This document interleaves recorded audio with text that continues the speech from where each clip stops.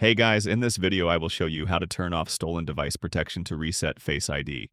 Alright, so let's begin with the video.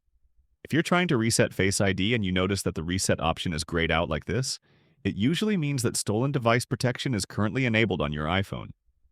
To fix this, start by opening the Settings app on your phone. Scroll down and tap on Privacy and Security. Scroll all the way to the bottom of the page until you see Stolen Device Protection, then tap on it. Now, check the toggle for stolen device protection and make sure it is turned off. If you've recently changed locations or security settings, you may see a message saying you need to wait up to 60 minutes before this feature can be disabled. If that happens, just wait for the timer to finish and then come back to this screen to turn it off.